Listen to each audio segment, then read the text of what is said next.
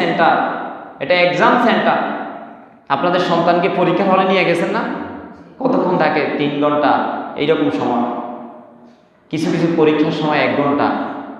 এই পরীক্ষার সময় হলো দুনিয়া। এই সূরার মধ্যে স্মরণ করে দিছে এই যে এটা তোমাদের পরীক্ষার জায়গা। তোমার 50 বছর, 60 বছর, 70 বছর, এটা পরীক্ষা, এটা হলো এক্সাম সেন্টার।